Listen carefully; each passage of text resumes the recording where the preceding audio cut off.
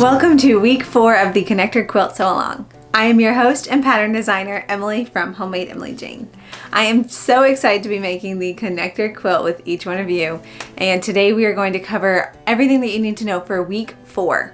Week 4 is all about making our stitch and flip blocks as well as our Flying Geese quilt blocks. There are multiple ways to make Flying Geese. You'll notice in the pattern that we use a stitch and flip technique for the Flying Geese blocks to make it as easy as possible.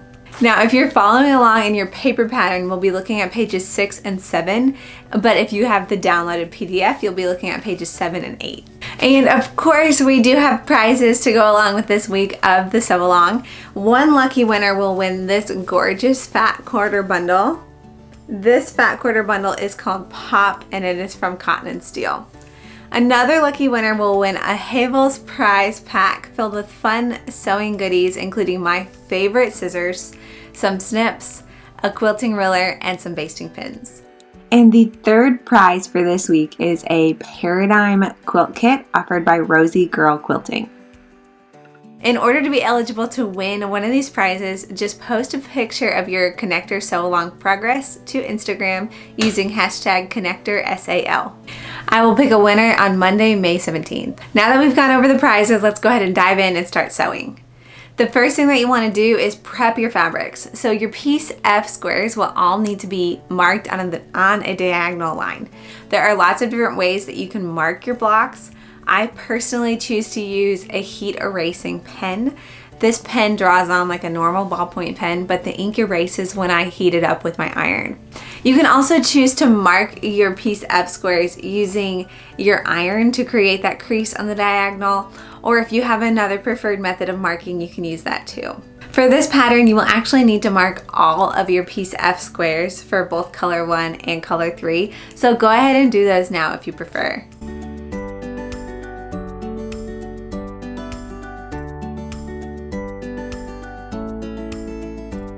Next up, to make our stitch and flip blocks, we will go ahead and stitch directly on the line to make all 3 of the stitch and flip units as shown in the diagrams in the pattern. Once your diagonal lines have been drawn on all of your piece F squares, you go ahead and line it up on the corner of a piece B square. Make sure that you pay attention to the pattern for the exact numbers of each unit that you will need so that you make the correct number.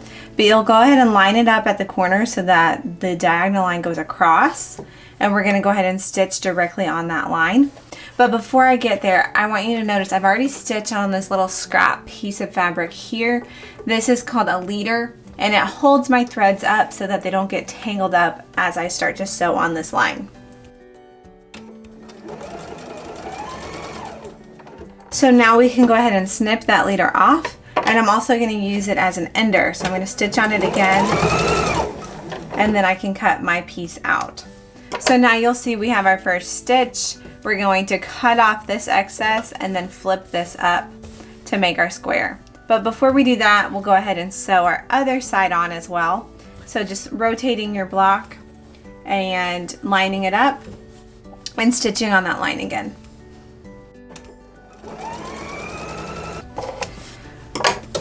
And now you can see we have our block ready to go. The next step is to trim off the excess and press. Now the next step is to use your ruler and cut off so that you have a 1/4 inch of seam allowance here, and then another one here. Now if you don't want to waste all of these little triangles that we're cutting off and would rather turn these into half square triangles, you can totally do that, and I have a tutorial all about that I'll link in the description below or linked above for you.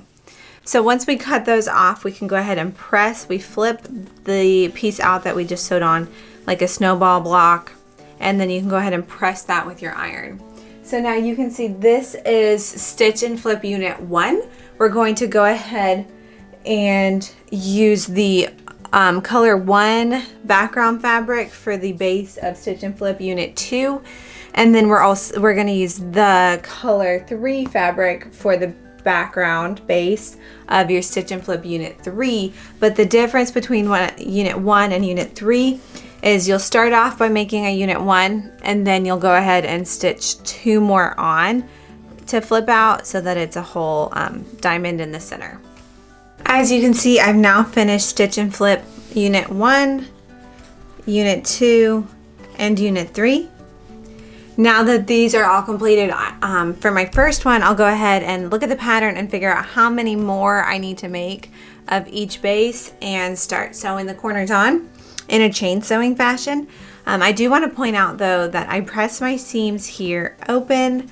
The pattern says that you get to choose, but I really do recommend pressing open, especially because of the stitch and flip unit 3 creating lots of bulk at the corners.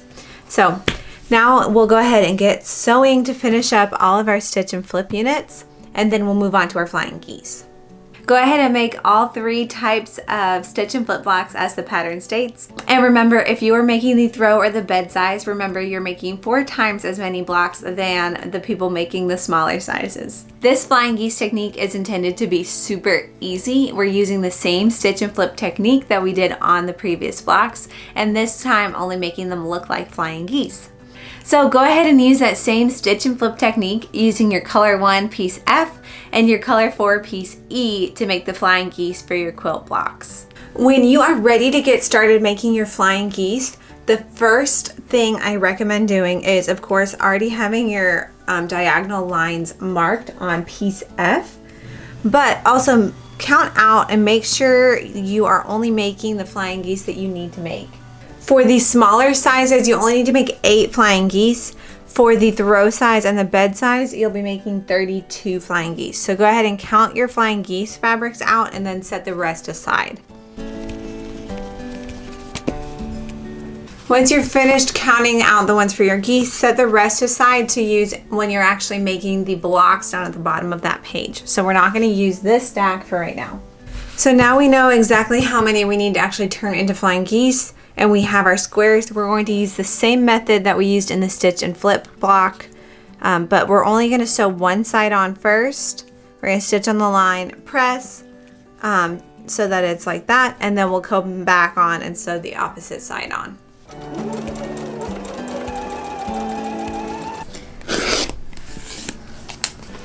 So now we've sewn one side on and trimmed off the excess.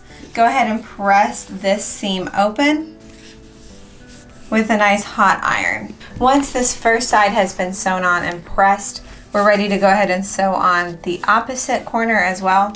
So this way we stitch from here down, and then when we fold it out, you'll see you have a flying geese.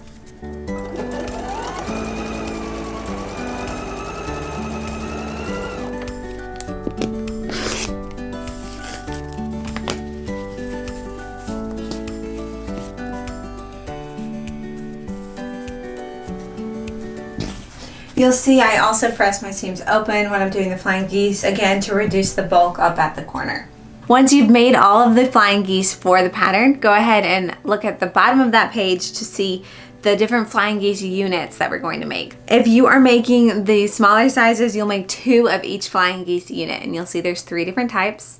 But if you're making one of the larger quilts, the throw size or the bed, you will be making 8 of each flying geese unit. Those units use your flying geese as well as your other piece E rectangles. As you're making the flying geese, be sure to make just the number that you need and keep some of your piece E color 4 pieces set aside because you need those without the geese sewn onto them. So be sure to pay attention for that.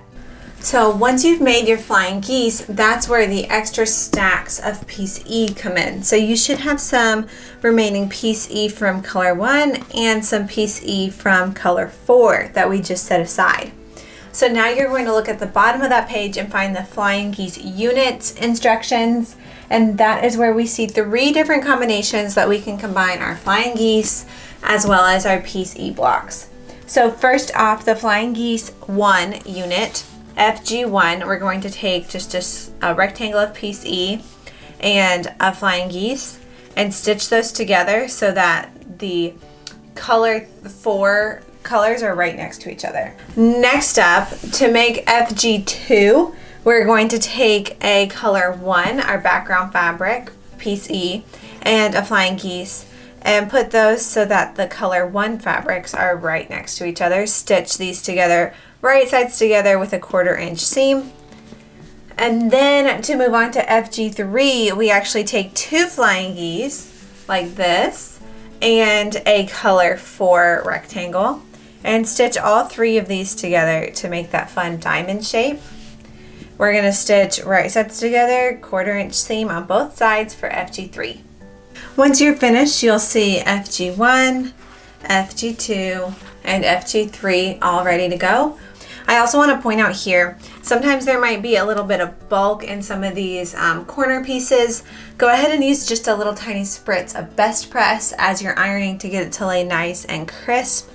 And then also, this is a really good example to see how your seam allowance is looking. You should have a 1/4 inch at each little point. That'll be seam allowance for when we sew these into rows. Go ahead and finish making all of your Flying Geese units, your stitch and flip units, and then you'll be ready to go for next week. Thanks so much for joining me for week 4 of the Connector Sew Along. I'm so excited to be making this with you. After this week, you will have all of your blocks pieced and ready to go. Next week will be week 5, and that is when we sew all of our blocks together to make our completed quilt top. Happy sewing!